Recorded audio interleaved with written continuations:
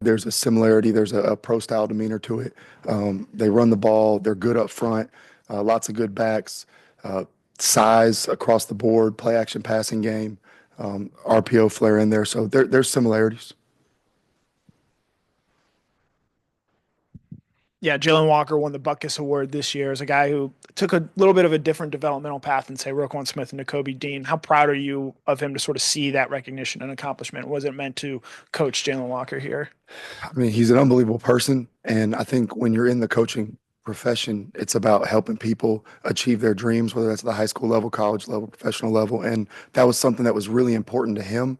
I think it influenced why he came here because of seeing the results in the past and the ability to do that here and develop as a complete player. And just really happy for him and his family because that's something that means a lot to them and, any linebacker.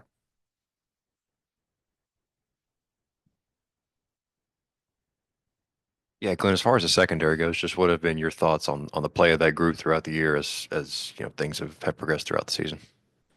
I think there's been up and downs. There's been times that we got to get the ball down more. Obviously, you're judged based on how you play the ball down the field at that position. And then, you're the erasers in terms of tackling. So when mistakes show up there, like they're more glaring than maybe if a three technique makes a mistake on a play or if a backer misfits something, unless it's egregious.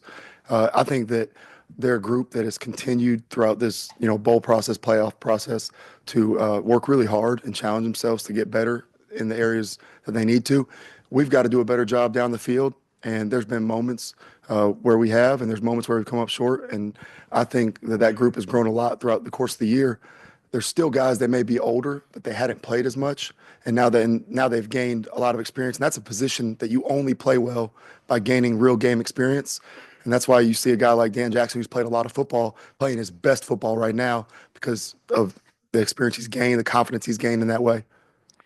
Coach Riley Leonard's another one of these quarterbacks who can extend plays with his legs, make things happen in that regard. Y'all played a few of those types of quarterbacks this year. What's going to be the key to kind of containing him and be successful against his game?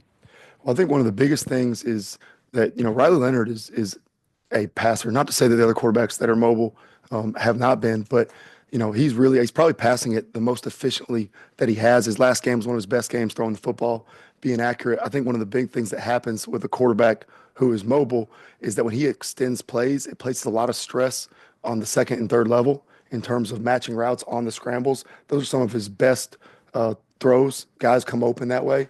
And that's one of the biggest challenges is not just, hey, the ability for the rush to keep him in the trap and to make him make throws from the pocket and make him uncomfortable, but also, hey, on the back end when he does extend plays, because it will inevitably happen.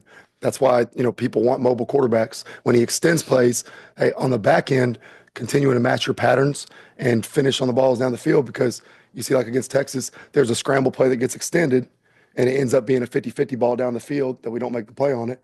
And that's a stress that people miss that sometimes. Think about the rushing yards. It's the stress it puts on the secondary when he does extend plays. Glenn, on a 30,000-foot level on how this defense is done this year, obviously, if you look at the raw numbers, yards per play and scoring defense, it's lower than some Georgia defenses have been recently. Some of it's the schedule. You played some better offenses, but then obviously there's been some things like the UMass game. How do you rate how your defense has done, and do you put any finger on why there's been some inconsistency in performances when it has shown in games like Texas and Clemson that it can play at such an elite level? I think, you hit the nail on the head at the end is, to meet the standard and expectation of what we have for playing defense at Georgia, you have to be consistent because if you're inconsistent, then you're going to have ebbs and flows. And that could be whether it's in coverage, tackling, execution, how you fit runs. And I think this group has shown that when we're at our best, that we can be really good.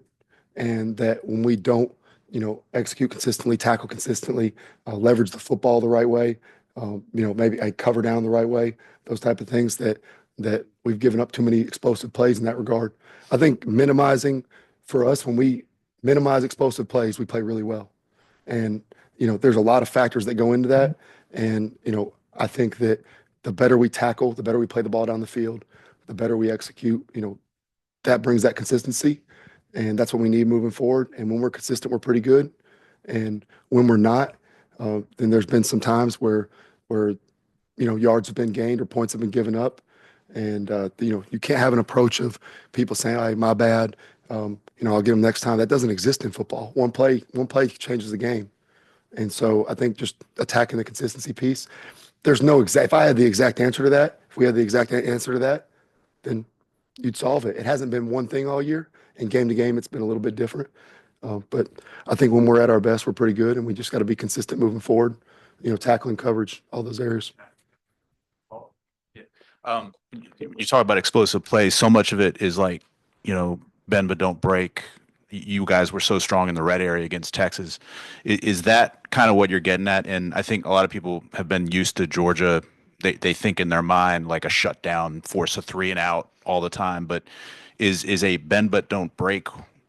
Is that a more productive strategy, and especially in today's football? I mean, the goal every time you take the field is a 3 and out or a takeaway. So I wouldn't say that's a strategy, bend but don't break. That's just something that's happened. I think we've done a really good job that when we've given up an explosive, for the most part, we've managed to shut things down. When we haven't, and the drive extended, that's where the points have shown up. I credit to our guys that when we did give up plays in the last game, and a lot of games this year, we've shown up in the red zone when we have to tighten up and make the plays that are necessary. Obviously don't want them to get down there at all. You've obviously seen Gunnar Stockton a lot in practice over the last 3 years. Just from a coordinator's perspective, what are the challenges a quarterback like he presents? Well, Gunnar, speak about the athleticism, the ability to move in the pocket, extend plays. He makes you, defend the entire field, and he makes you play honest on defense. You have to account for him on any given play, and it opens up a lot of, those plays we're talking about with Riley Leonard, where he extends plays and is able to throw the ball down the field that way. He does that. You have to account for him in your rush when you're playing certain coverages, and that's a big part of playing quarterback nowadays, making the defense play honest. And I think that's the biggest thing about Gunnar. He's extremely competitive, and he adds a dimension to the offense that y'all saw a little bit of in the past, and we've seen a lot of, over the years. Glenn, with Gunnar making his first start, how much does that accentuate to the defense that you guys need to be on your game even more as he settles into that? It's championship football, it's playoff football. It's a 1-game season. I think that we have to do, our part in every game. We don't set goals on defense based on what our offense does. We set goals on defense based on, what our standards and expectations are in terms of the points we want to allow, our expectations in terms of rushing defense, third down defense, red zone defense. So I think it's leaning into, you got to focus on doing your job. We spoke on the consistency a second ago. If we execute and we tackle well and leverage the football, we just want to play to the standard of Georgia defense. The rest will sort itself out. We'll switch over and take a couple questions from Zoom now. Charles Odom, Associated Press. Go ahead with your question.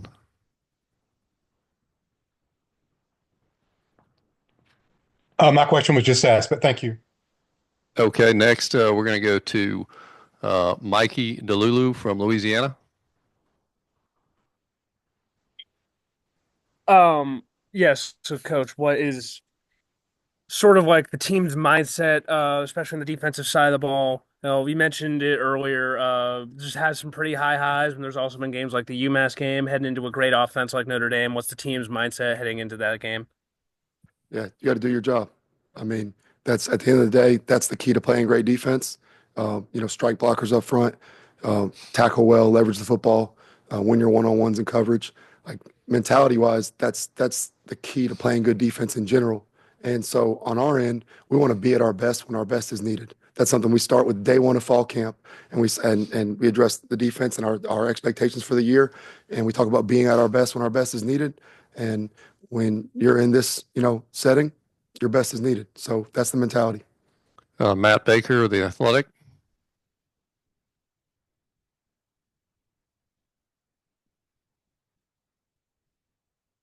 Okay, next we'll go to Bailey Burmaster from Atlanta News First. Hey, Coach, I'm curious, as you guys head to New Orleans and you get things situated, what kind of leadership are you seeing from guys like Jalon Walker as you get into the brunt of this playoff? The guys that have led us all year, they've done a great job of demanding the best out of each other. I think that, guys like Jalon, guys like Malaki, Mykel, really any of these veteran players that have been around and they know what it takes to be successful in these games. You see them, one, setting the example for the right way to prepare. And, I think that makes it easy for people to follow them. If you can see, if your best players are at their best, the rest of the guys should follow. And everybody knows what we want to do. And I think you have other guys like CJ Allen and guys who've been captains for us, Dan Jackson, Chaz Chambliss. They've been really vocal as well, and they're a focus group. Yeah, obviously a little bit of a different role this year for Will Muschamp. What sort of impact has he had on this team and this program this year? Everybody in the building, loves Will Muschamp, and it's been great because he's really followed the same exact schedule, throughout the course of the week that he did last year. Our operation's been the same. I appreciate him for making those sacrifices to still be a part of everything, and that's something he wanted to do. Obviously, there's things in his life and his family that he wanted to step away in some ways, but he's actively. I mean, even when he's not here, he's involved in discussions. That's football is really important to him, and this university is really important to him. So he's been great throughout the entire year, and outside of Will's a comedian. So outside of occasionally when he's not there, bringing light of some situations, that I would say that's the time that you don't see him the most because Will can make anybody crack a smile in even the most dire situations. What kind of development have you seen from KJ playing as big of a role as he has as a freshman? And speaking of the back end, it's a really challenging position.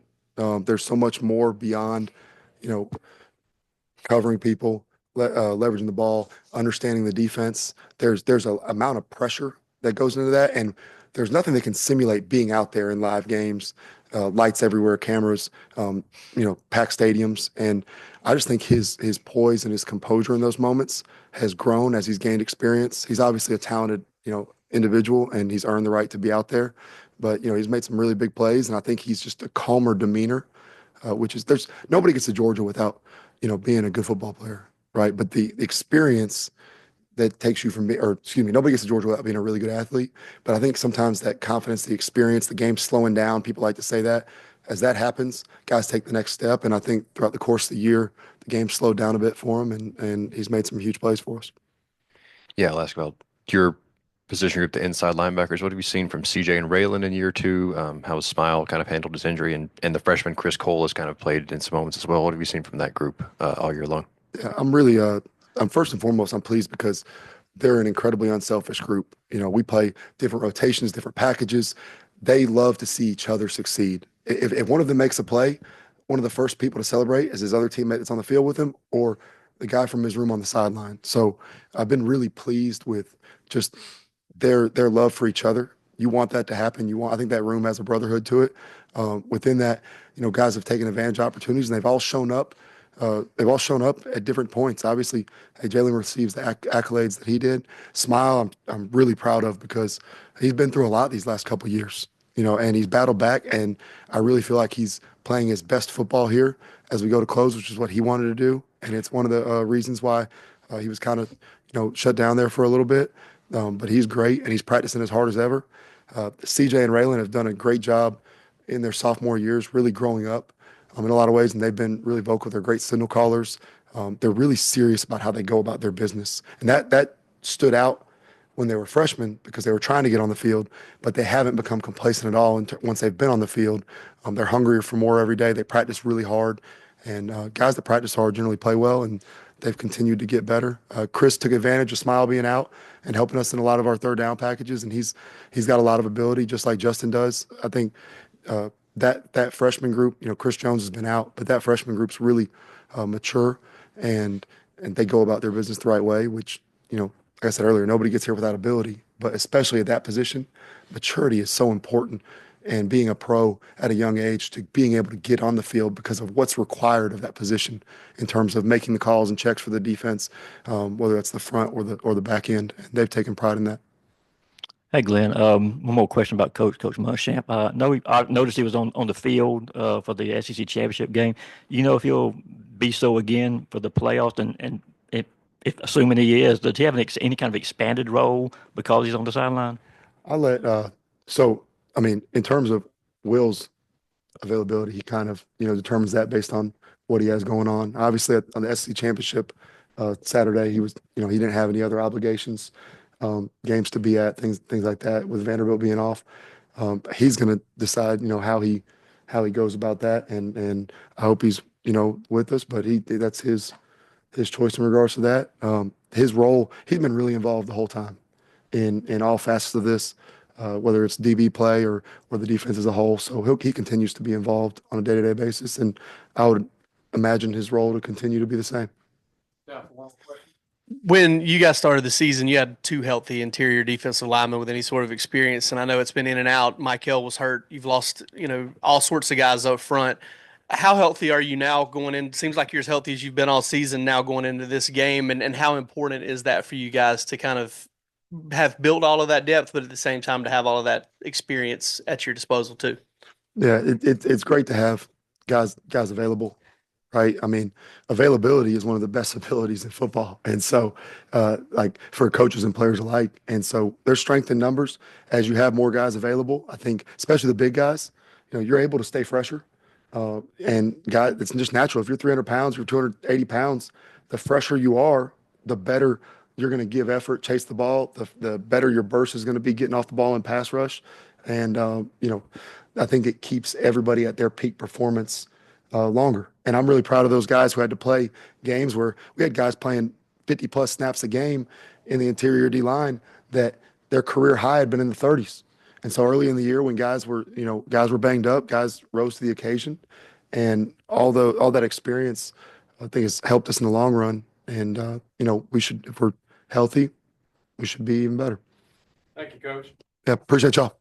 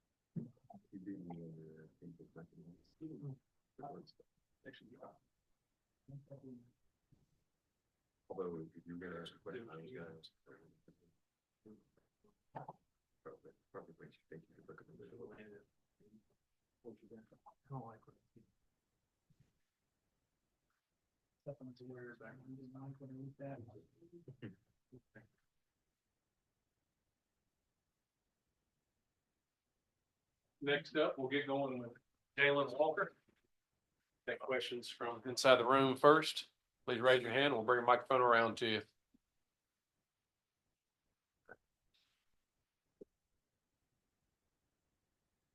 Yeah, this is our first chance getting to talk to you since you won the Buckus Award. Just how has your relationship with Glenn Schumann evolved from your recruitment to now, and how has he helped you become the all-around linebacker that you have? Right, it was a dream in the making. Having my opportunity to be with Coach Schumann since my recruiting, 3 hard years with Coach Schu since my freshman year. Progressing and building my talent through skill set through those many years, and then finally getting awarded the Buckus Award, this past month. It was just a great honor, and it's just a reflection of hard work pays off and dreams come true. We set that goal for myself my freshman year, and having shared the opportunity in that moment with him, it was great.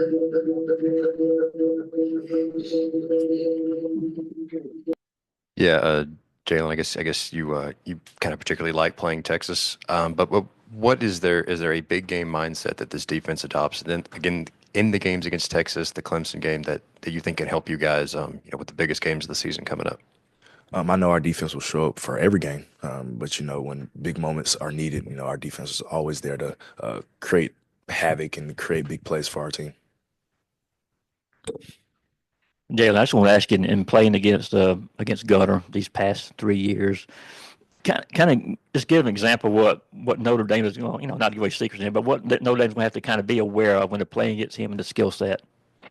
Right. What we've seen at the end of the Texas game, SC Championship, is exactly what you will see all year long. Gunner is a confident player. He's confident in his skill set, and he's always determined to make the best plays possible for not only for himself, but for our team.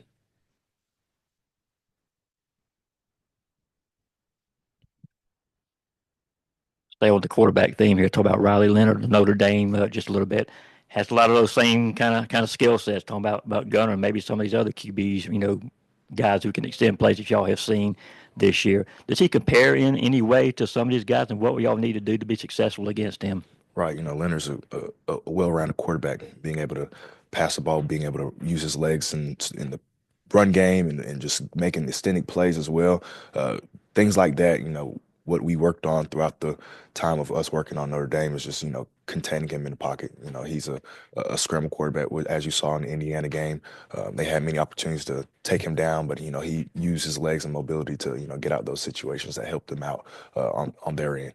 So those things like that, honing in our craft of containing a quarterback and following our game plan.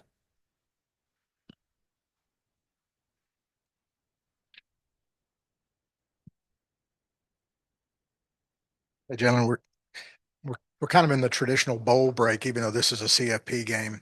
Pros and cons to that? Maybe get healthy, get a little rest. Are there any cons with timing or anything like that? What are the pros and cons of just having this break? Both teams have had it. They've actually had one more week because you guys had a conference championship game.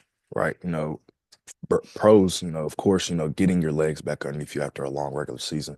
And then, for us, I guess it was a pro for us of being able to compete in the conference championship. But that break for us, got us better of mindset wise, mentally wise, physically wise, of just getting back underneath ourselves and following our game plan and giving time to just come back to reality of regular season is over, it's postseason, and we have to do what we do. It's do or die at this point in time in our postseason. Yeah, in the 2 wins over Texas, y'all had, I think, 13 sacks and 25-26 tackles for loss. I guess as you go forward, what are the keys to maybe, like you said earlier, creating that havoc on a more consistent basis?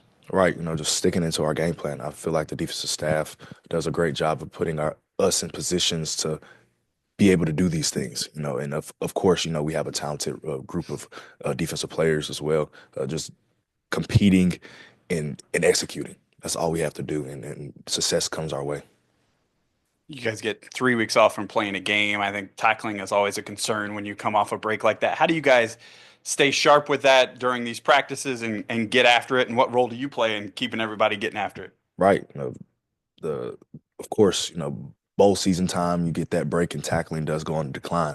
But thing is, we practice. We always have to practice on thudding, getting our good contact in, being able to create situations of in-game situations. That's what we do at practice, having our opportunities to go against our offense every day, thudding our running backs, thudding our wide receivers, just being able to play in space. That's what the game comes down to, and just being able to hone into our craft, just tackling well. That's what we have to execute on. Any other in-person questions? Jalon, obviously a lot of guys on the team have quote unquote big game experience. What are some of the ways where that matters in games like this, where you do have a lot of guys who have played in these type of contests? Right. We've been there. We've seen the outcomes of the game, both win and loss. We know how to embrace the crowd environment, embrace the environment just going on. I feel like for me now, every game's a big game. So at this point in time, you just have to go within the system and play football.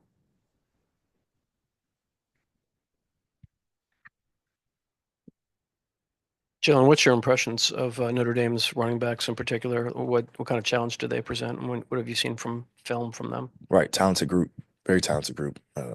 Those guys are explosive, and the way we have to contain them is prevent them of becoming explosive runners. Playing our gaps.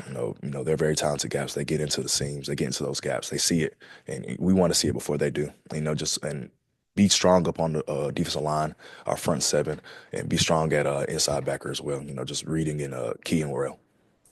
Okay, at this point, we're going to switch over to a couple Zoom questions.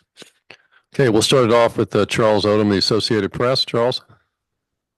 Jalen, I'm sure you take pride in the legacy the standards that have been set by recent Georgia defenses, but how difficult is that to live up to, especially with the schedule you guys have played this year? Right. Every year is a challenging year for our defense, or every year is a challenging year for our team. Everybody will give Georgia their best shot. And of course, we don't really dwell on past defenses because this is our team now. Those guys are far gone and playing either NFL careers or in life somewhere. But we always pride ourselves of making this team memorable, this defensive squad memorable, because we're on it and this is what we can control now. Okay, next we'll go to Bailey Burmaster from Atlanta News First. Jalon, I wanted to ask you specifically about Dan Jackson. What have you seen from him this year? Because he seems to be someone that just keeps evolving in this defense and coming up big for you guys. Right. Dan being our older player on our team, our veteran player on our team, he does a great job of just keeping our standard alive. He does a great job of leading the DB room. He does a great job leading the defense, being a vocal aspect, a part of this team, and of course, executing when it comes down to those moments when we need it. Dan's been a great player for this year. He's been doing his job on the defensive side, and can't wait for us to continue the postseason run. Kip Adams, 24/7 Sports.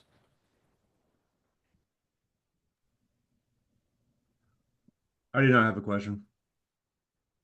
Okay, next we'll go to Mickey DeLulo from Louisiana.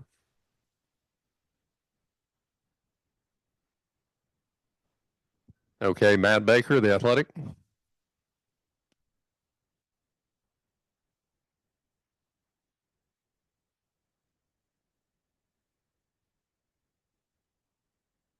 Jalon, I know those guys up front do a lot of work to free up. Can you talk about specifically Mykel and what he's meant up front and just how much attention he gets from opposing teams from what you've seen?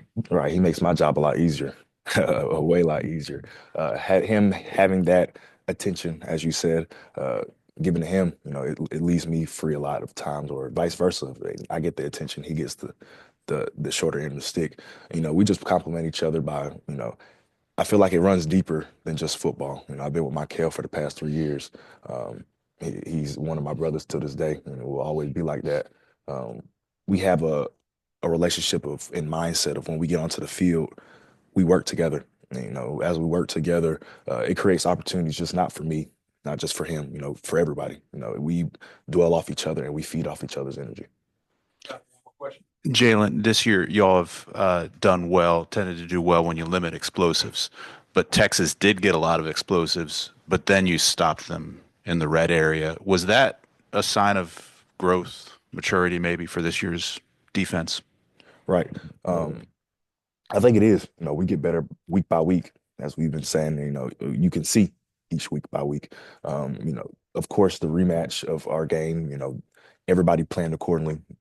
Game plans adjust and change, and I believe they did a great job of doing that. But I feel like we did a better job of going into halftime, getting our adjustments and capitalizing on our mistakes and what led to explosive now. Thank you, James. Thank you.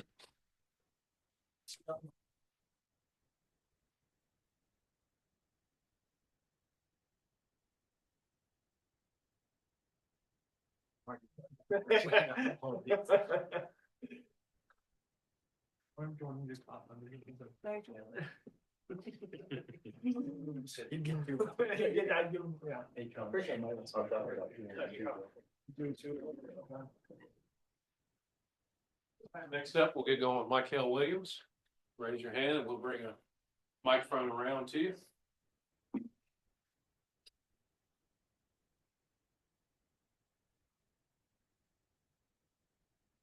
Mykel, we were just talking to Jalon about the way you guys work together, and he was saying it runs deeper than football. Can you talk about your guys' chemistry both on and off the field, and how you guys gauge what the other team's trying to do to neutralize you? Yeah, that's my brother. Like we work with each other almost every day.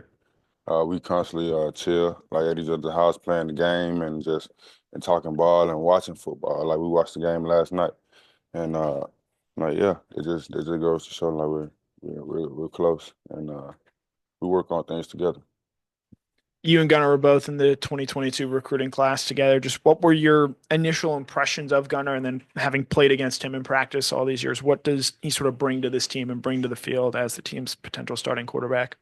I say a calm, steady hand. I feel like Gunner has a team behind him right now, and we believe in his ability and his ability to come in and get the job done and do what we need. So that's what I believe Gunner has.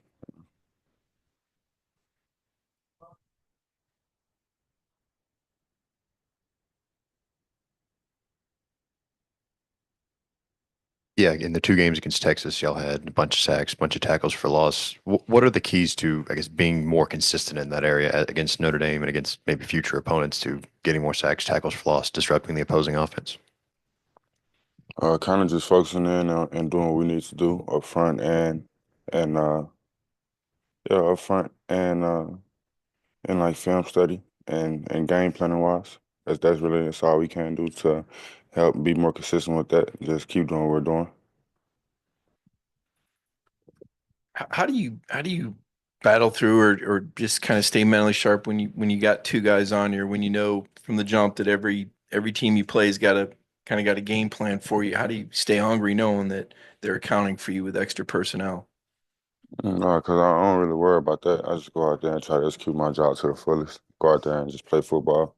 And if they come, they come. Two on me, somebody else free. As long as we make the play as a defense, hey, I'm happy with that.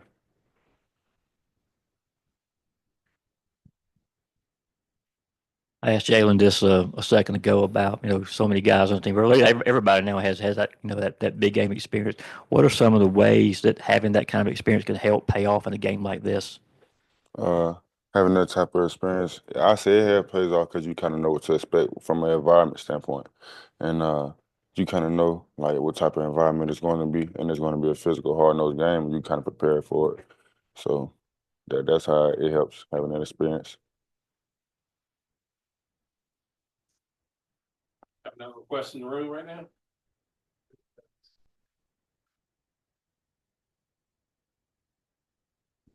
You seen from Jalon when you talk about his career arc or his path? I mean, your name's kind of been out there, from the time you stepped on the field, but he's kind of emerged now into that star role. How have you seen him grow? Just constant hard work and dedication. Like this is somebody that comes in every day. Is the same person every day, and he puts the same work ethic forward every day. So that's all I've seen from him, just consistency, and that has just been paying off for him. Yeah. All right, let's switch to questions on Zoom. All right, first up, we'll go with Bailey Burmaster from Atlanta News First.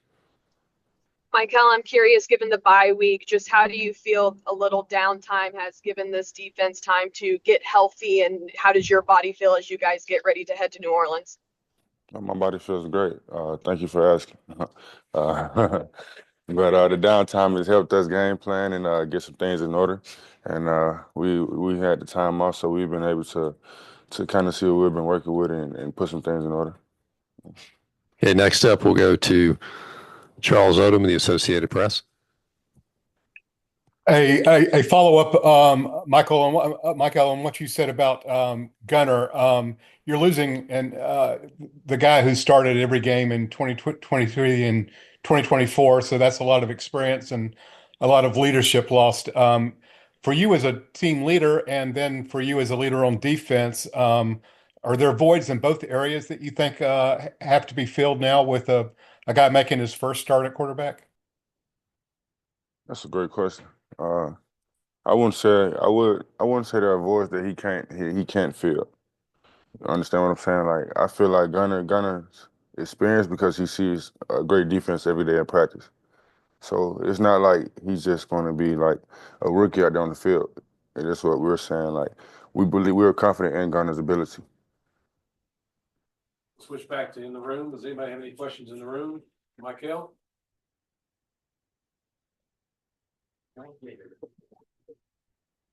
Just ask you about Riley Leonard. Does he remind you of anybody you guys have played this year? Yeah, yeah, he does. He's similar to his king, but he's different in his own right. Like he's a great athlete, great quarterback. Yeah. Any last one for Mykel? Okay, Mykel, thank you. Mykel.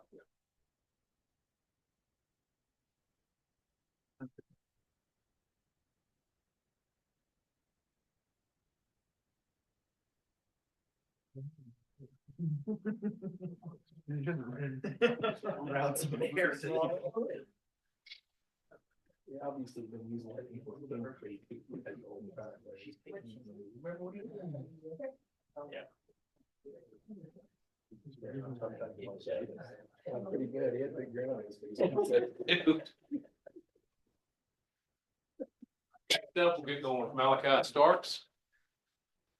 For the in-person crew, please raise your hand. We'll bring a microphone around to you.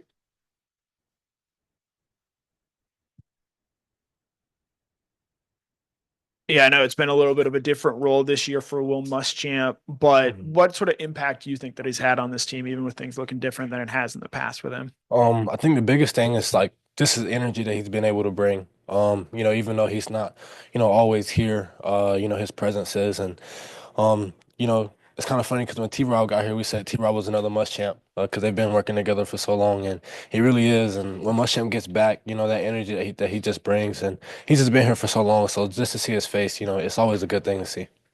Headed into another big game for KJ, just what's your message to him playing as a freshman in playoffs for the first time, and what kind of development have you seen from him over the course of this year? Like his growth is crazy. When he first got here in the spring to now, he's just going to continue to grow. And he's not really a freshman anymore. No one is. At this point in the season, you've been playing, and especially if you've been starting all year, you're no longer a freshman. So, just keep playing how you've been playing. You don't gotta change anything. Don't gotta do anything special. Just be you. You are special. And just go out there and play your ball. Yeah, Malaki, when you look at the secondary as a whole, Glenn was saying there's been some ups and downs throughout the year. Just as you've looked at yourselves over the past couple of weeks, what are the areas you guys have really focused on to, I guess, be more consistent going into the playoff? Yeah, I think just being more aggressive all around the board. Whether it's that, getting the balls off people or, coming up and making tackles, whatever the case may be. Just wanting to be more aggressive and have more of a presence on the back end. Okay, you've been a part of 3 great defenses now. How do you what is this defense showing you? I guess just from start to finish, it looks like some guys have gotten healthy as years going on. Can you talk maybe about where this defense is now compared to where it's been? Yeah, I think at the beginning of the year, like you figure out who you want to be, and you continue to do that through the middle of the year, and at the end of the year, you really, figure it out. But you don't really know until the season's over with. And like you said, we got some guys coming back from injury, and some guys battling through injury as we speak. So just to see where we're at and see where we can go, and just know the talent and the leaders that we have on that side of the ball. I'm really excited. Malaki, another question about Coach Muschamp. Obviously, he was on the field for the SEC championship game. Just from a familiarity standpoint, what was that like for it? Or do you hope he's going to be on the sideline again for the Sugar Bowl? Yeah, it was good to have him on the sideline. I think that was the first one he's been at this year. So it was good to have him on the sideline because I know last year when we lost, we just kind of talked about it, saying that we wanted to be back in that same position, and just to have him there was a special moment for me personally, but I know for him as well. I hope he's going to be at this one too. Like I said, it's always nice to have him around, and he's part of the team. He always will be. I know you've talked about playing against Gunnar over the years. Just what are some of those memories, and what challenges does he present to a defense? Yeah, most of them were bad for me. But man, I've been playing against Gunnar since I was 5, I think. He beat me every year when we were little in rec league. I got him 2 times in high school. But just he's always been, that guy. Since I've been growing up, he's always been the guy that, like, we're going to play Raymond County all day. We got to play Gunnar. That's just kind of is. And just to see his growth since he's been here, he's been waiting patiently. He's been sitting, putting his time in, and he's been working while he was waiting. And now he gets a chance to go out there and prove what he can do. And, I believe him 100%. Outside the facility, it's felt like a lull without, Georgia football games going on. What's been going on here? What's been the mood? And then what's your role in kind of keeping everybody, it's not game week, but you got to keep the energy up. Yeah, I think it's just being excited. We got a great opportunity to do something special. And when you look at the beginning of the year, a lot of people say we're not supposed to be here in the position that we are now. So just having an opportunity, because most people, in college football, they're not getting ready for a game like this. So just realizing the opportunity that we have and just taking advantage of it and just being grateful. Can you just talk about how the team is kind of rallying around Gunnar? Not just what you see them on the field, but just as a mindset in the locker room, how everybody's kind of rallying around him. Yeah, I mean, he's an easy guy to follow. I mean, Gunner's a great guy, very respectful, great parents. I mean, he's the guy that you want to lead behind. And a lot of guys have confidence in him, and I think you saw it during the game in the SEC. A bunch of guys believed in him. And I think he's easy to follow, but he also puts the work in, and he wants to be better. Like every day, like he's asking questions. Like you can see, where he wants to go with it. And I think that's a big thing that everybody loves to see out of him. What stood out to you about Notre Dame's offense when you dove into it and started to study, what they do? Yeah, very explosive and very physical. They got guys on all levels. Backfield, quarterback can run, he can also throw. So that's a threat. And the wide receivers, they're really good, very explosive, and they're very well coached. They play an aggressive game of football, and it stood out on tape.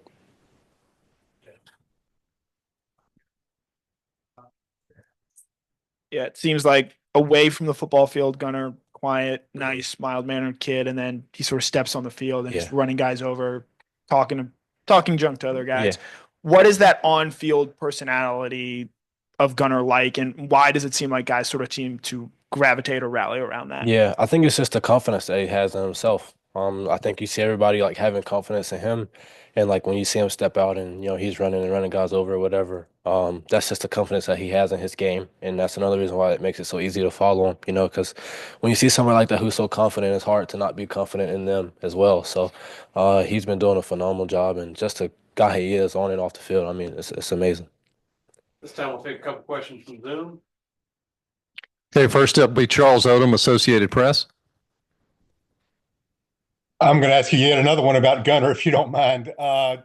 Based on your background with him, what was it like for you to watch from the sideline when he entered that game and immediately led the team down the field to a touchdown on his first drive? Yeah, I told my mom as soon as I got back after the game and I went and saw him in the stands. I told him, I was like, I don't think anybody's more excited for Gunner than me, other than his parents. But like I said, it's been a long time for him. He came here and he sat and waited and he put his time in, and we have a really really good relationship. And just to see him go out there and show what he can do after everything that he's been through while he's here, I was really happy for him. Okay, next up will be Bailey Burmaster, Atlanta News First. Malaki, going off of that, another Gunner question. I'm curious, what is something that you could tell us about Gunner that maybe the average person doesn't know?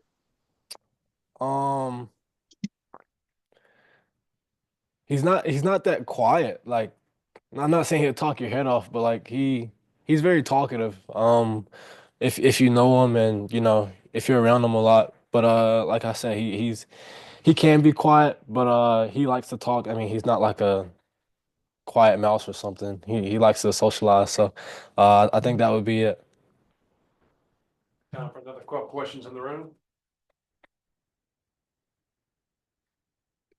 I got two questions. First, how many times do you think you played Gunner when you guys were growing up?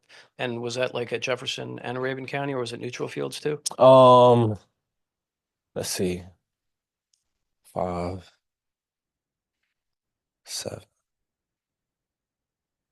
I don't know, probably about five times maybe. It was once at Jefferson, the rest were at Raven County. He beat me every year, 33-0.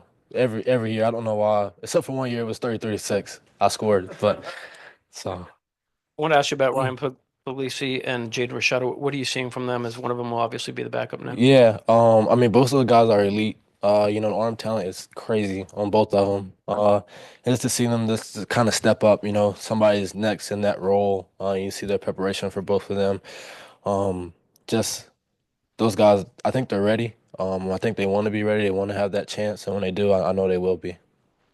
You've played both star and safety this year, bouncing wherever Georgia needs you to play. What has that experience taught you about yourself? Yeah, being able to do that. I think it's allowed me to realize like how versatile I can be. And it's allowed me to like really learn the defense. Not just like from safety or star, but just like from all positions. Because at safety I gotta know what everybody's doing, and at star, I gotta know the same thing as well. But there's more to people beside me, and that really helps me like have a clear focus on the field and like not so eager like to go make a play, because like I know where people are going to be at, so I don't have to worry about being everywhere on the field. And I think that's something I struggle with early on.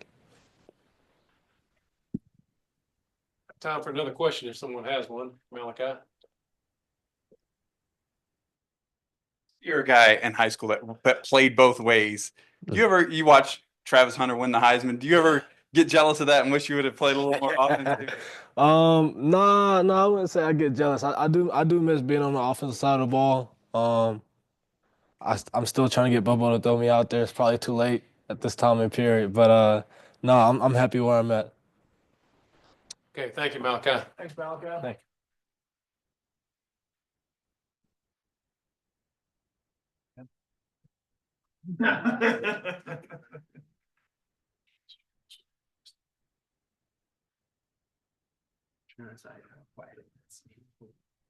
Didn't want to mess up that.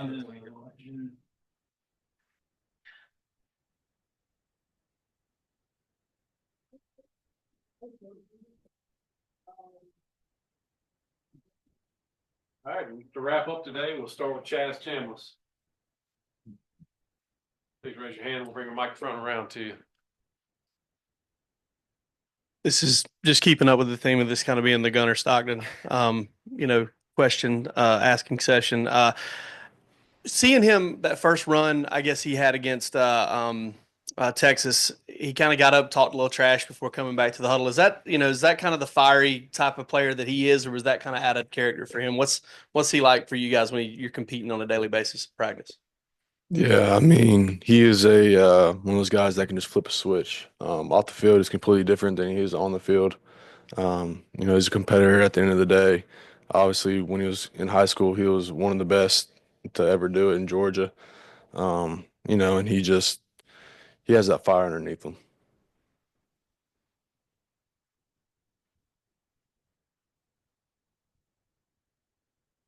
Chaz, I guess I'm wondering about some of the MMA stuff. How much of that translates, and what skills can be applied to football, and what has that, I guess, just done for you personally in your development as a player?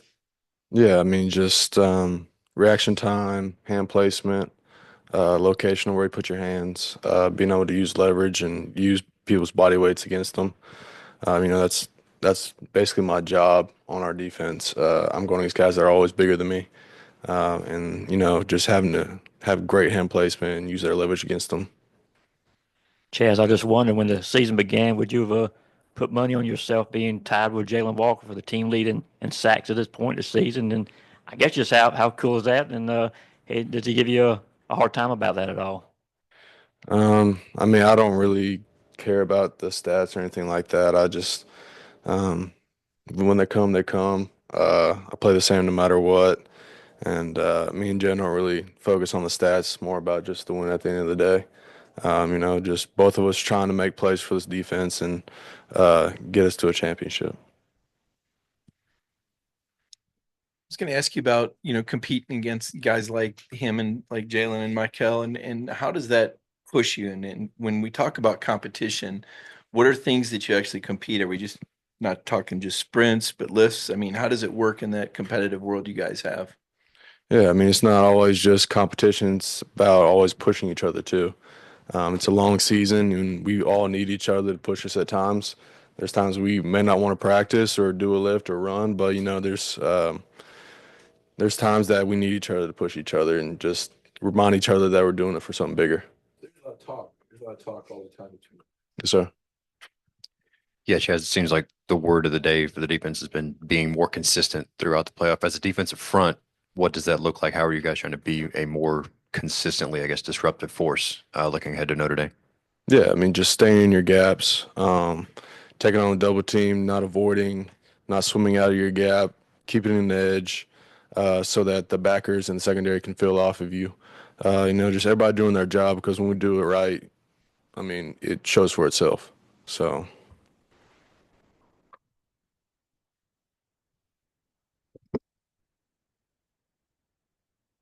In the season, sometimes we'll talk about Bloody Tuesday and how intense things get at practice. Now that you guys kind of have 3 weeks off from practice, is it still like that, or is it like that even more? And what's it been like out there for you? Yeah, we definitely have not had 3 weeks off from practice. We call it winter camp for us because we go back to camp schedules. Practice is like a spring practice or a camp practice where it's more competition based. We don't have scouts most of the time. We're going one-on-ones, we're going ones on twos, and just trying to push each other to get better. We always say it's about us and not about them.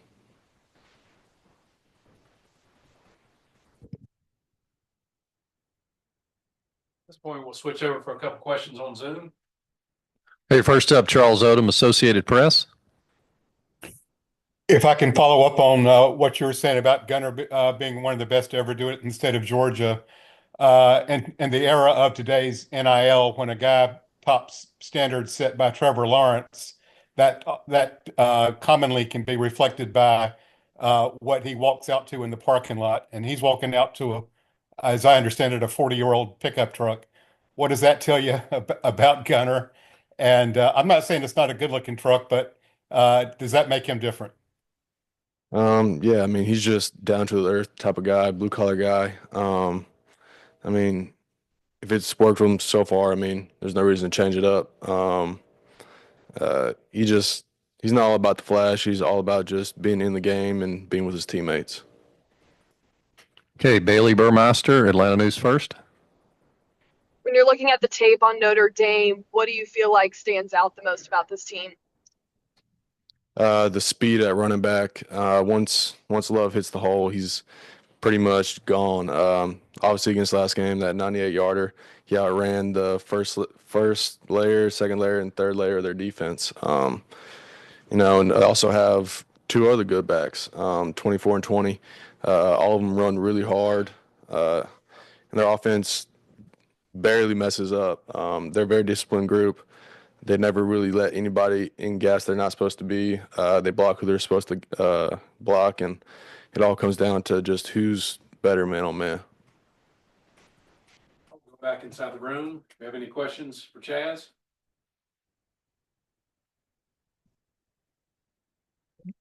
This will be your fourth, I guess, postseason with Georgia in terms of bowl game playoff. Do you still keep any of that swag that they give you? And also, do you have any memories besides the wins that stand out about those trips that you've made? Yeah, I have a lot of gear. Main thing that just sticks out is the locker room, probably at the end of every single postseason. Seeing those guys in their last games, how emotional they are, and just the handing down of the torch. Obviously, the past couple times during the postseason, we've been able to let the seniors come off of the field and kind of hand that torch off to the next generation of players. And those moments are just probably the ones that stick out the most.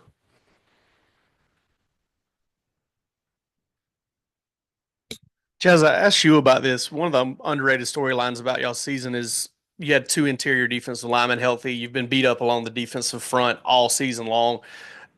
What is it like now that all of those guys are healthy, and you guys kind of have a full allotment of how you kind of started camp, or maybe even healthier than you were when you started camp now?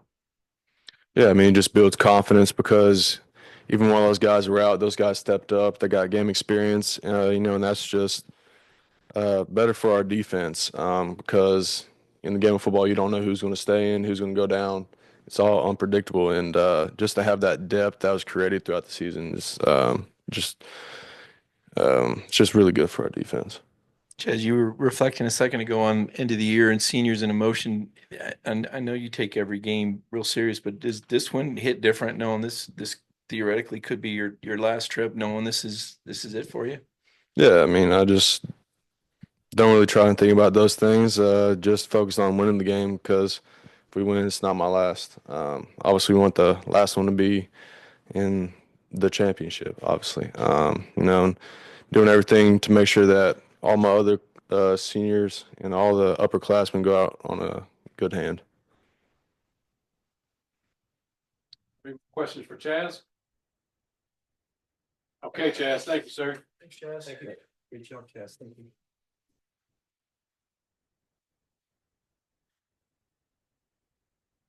Talk about some